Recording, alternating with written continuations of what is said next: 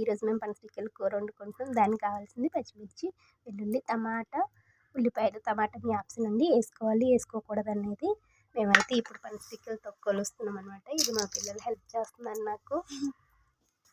ఇదిగోనండి, ఇది కావాల్సిన పిక్కలు అనమాట. కుక్కర్లోని 4 విజిల్స్కి ఉడకబెట్టుకోవాలి. అప్పుడు బాగుంటుంది, మెత్తగా ఉడుకుతుంది. మనకు అనుకూలంగా తినేటట్టుగా ఉడుకుతుంది అనమాట, బాగుంటుంది. పనసపిక్కలు కూడా కడుగుతున్నాం అనమాట. ఇలా కిందన మా కొలాయి దగ్గర చిన్న గరిగ్గా ఉంది, అక్కడ ఇలా పెట్టి కడుక్కుంటున్నాము. చూసారా ఎంత వైట్గా వచ్చింది. ఇలా ఉంటే మనకు కొంచెం జిగురు అనేది పట్టదనమాట. ఇలా మొత్తం పిక్కలన్నీ ఇలాగే కడుగుతాం. అవన్నీ ఇలా వచ్చేటట్టుగా కడుక్కోవాలన్నమాట. ఇలాగా అయ్యండి, ఇదిగో పిక్కలు కడుక్కున్నాక ఇలా వచ్చిందనమాట.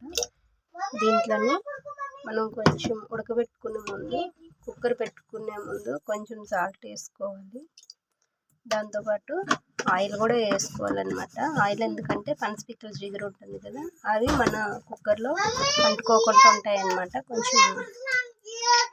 కొంచెం ఆయిల్ వేసుకుంటే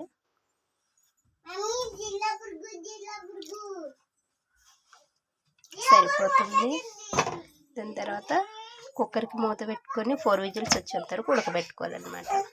చూడండి, పనసపిక్కలు ఉడికిన తర్వాత ఇలా ఉంటుందన్నమాట. దీనికైనా కొంచెం 3 విజిల్స్ పెట్టుకోండి, ఇంకా బాగా వస్తుంది. నేను 4 విజిల్స్కి కొంచెం ఇంకా బాగా మెత్తగా అయిపోయింది అనమాట. ఇది దీంట్లోని మనం ఆల్రెడీ సాల్ట్ వేస్తున్నాం కాబట్టి కొంచెం సాల్ట్, పసుపు, కారం వేసుకొని మరగబెట్టుకోవాలి. మరిగిన తర్వాత పోపు వేసుకోవాలి. ఓకే అండి, టమాటా వేసుకొని వేపేసుకున్నాం కదా. ఇప్పుడు మరిగిపెట్టుకున్న చారు ఉంది కదా పనసపిక్కలది, అది వేసుకొని 2 నిమిషాలు మరిగించుకోవాలి. అప్పుడు కొంచెం చిక్కగా అవుతుంది.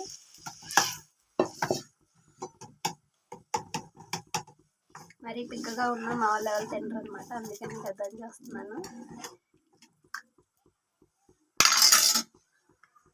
మీరు కూడా ట్రై చేయండి ఫ్రెండ్స్, ఎలా ఉందో కామెంట్లో చెప్పండి. నా వీడియో కనుక మీకు నచ్చినట్టయితే లైక్ చేయండి, షేర్ చేయండి, సబ్స్క్రైబ్ చేయండి.